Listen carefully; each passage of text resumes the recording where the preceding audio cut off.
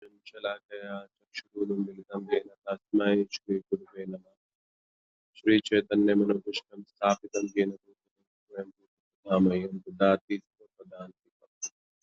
वन्देऽहं श्रीगुरुं श्रीयुतापदकमलं श्रीगुरून् वैष्णवांश्च श्रीरूपं साग्रजातं सहगणरघुनाथान्वितं सावधूतं सर्वभूतं हरिजनसहितं कृष्णा चैतन्यदेवं श्री राधा कृष्ण पादान सहगण ललिता श्री विशाल। हे कृष्ण करुणा सिंधु दीन बंधु जगत गोपेश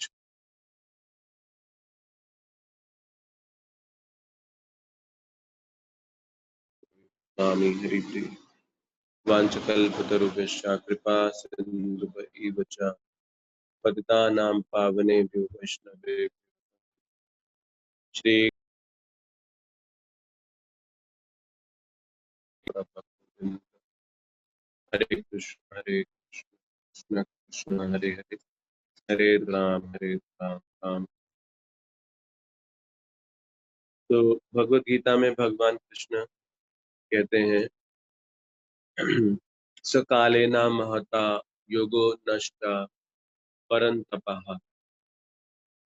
काल के प्रभाव से ये जो युग है, जो कि भगवत गीता में भगवान कृष्ण ने योग प्रणालियों की स्थापना की, ये नष्ट हो गया। और इसीलिए मैं आपको इसका पुनः माध्यम बना रहा हूँ इसको स्थापित करने। तो श्रील प्रभुपाद जी वहाँ कहते हैं कि काल के प्रभाव से हमारे जीवन में सब कुछ नष्ट हो जाता है। इसीलिए जैसे आप कोई फल सब्जी इत्यादि आप रेफ्रिजरेशन से बाहर निकाल के रखो, वो खराब हो जाता है। यहाँ तक कि हमारे जीवन भी, हमारा शरीर भी, जिसका हम सब आश्रय लेकर जीवन चलाते हैं, ये शरीर भी काल के प्रभाव से धीरे धीरे नष्ट हो जाता है।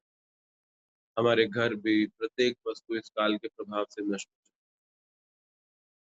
तो काल के प्रभाव से हमारे जीवन में सब कुछ चला जाता है। और इसीलिए भगवान गीता में कहते हैं कि मैं तुम्हारे माध्यम से इस ज्ञान को पुनर्स्थापित कर रहा हूँ।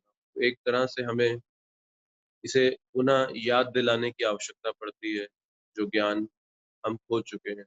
इसी तरह से जैसे आप देखें, भगवान कृष्ण के जाने के बाद उनके जो प्रथम विग्रह थे, जो कि वज्रनाभ ने बनवाए थे, वो प्रथम विग्रह भी लुप्त हो गए। क्योंकि जब भगवान की अर्चना पूजा बड़ी विधिवत चलती है, बहुत ध्यान पूर्वक चलती है, तो भगवान बहुत प्रसन्न होते हैं इससे।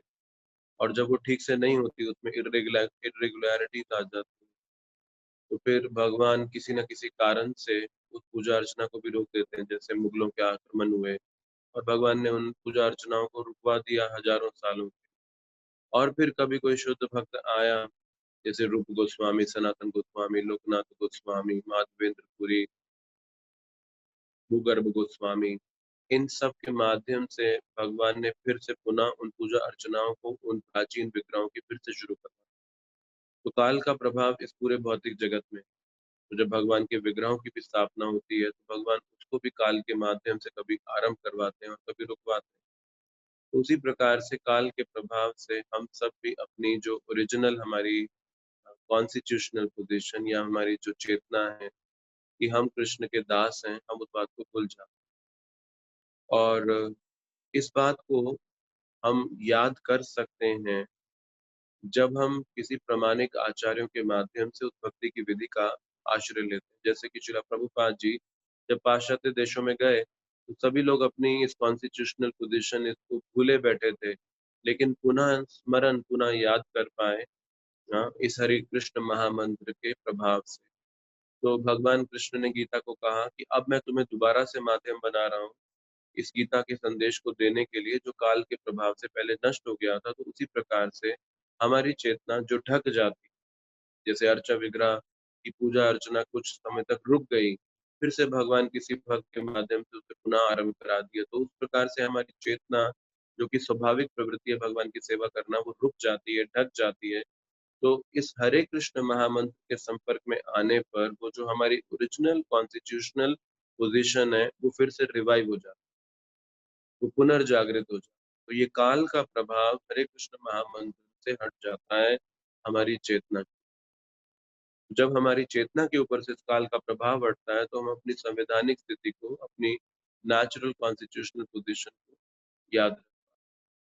इसीलिए ये हरे कृष्ण महामंत्र एक ऐसी औषधि है जिसके माध्यम से हम अपने भगवान के प्रेम को, जो हमारे हृदय में पहले से निहित है, उसको पुनर्जागृत कर सकते हैं। तो ये मनुष्य के जीवन में किया जाने वाला सबसे महत्वपूर्ण कार्य है। हमें कई महत्वपूर्ण कार्य नज़र आते होंगे, लगते होंगे अपने जीवन में प्राथमिकताओं के अनुसार, लेकिन इस महामंत्र के जाप से अलावा और कोई महत्वपूर्ण कार्य हमारे जीवन में नहीं है। लेकिन समस्या ये है कि मन कहता है कि अभी बहुत सारे महत्वपूर्ण कार्य हैं, तुमने आज का समाचार पत्र भी नहीं देखा, आज के न्यूज़ नहीं देखे, अभी तुमको ऑफ़िस जाना है, अभी तुमको ये करना है, घर का काम, अभी तुम्हें ब्रेकफ़ास्ट बनाना है, ये करना है, वो करना है। मन हमें बहुत सारी प्रायोरिटीज़, इम्पोर्टेंसेस दिखाता है। लेकिन इस नाम जप से अधिक महत्वपूर्ण कार्य तीनों लोकों में कोई और नहीं, क्योंकि ये हमें हमारी जो ओरिजिनल पोजीशन है, उसकी स्मृति याद दिलाने जा रहा है। इस काल के प्रभाव को हमारी अ, आवृत चेतना के ऊपर से हटाने जा रहा है। तो इसीलिए इस महामंत्र को हमें बहुत ध्यानपूर्वक, बड़े श्रद्धापूर्वक, बड़े जतन से करना चाहिए। इसलिए भक्तिविनोद ठाकुर जी कहते हैं, यतन पालन कोरी, कि हमें इसका पालन यतन से करना चाहिए, बड़े डिटर्मिनेशन के साथ, बड़े हार्ड वर्क के साथ करना चाहिए। तो इस विचार के साथ आज का नाम जप आरंभ करेंगे। नमामि विष्णु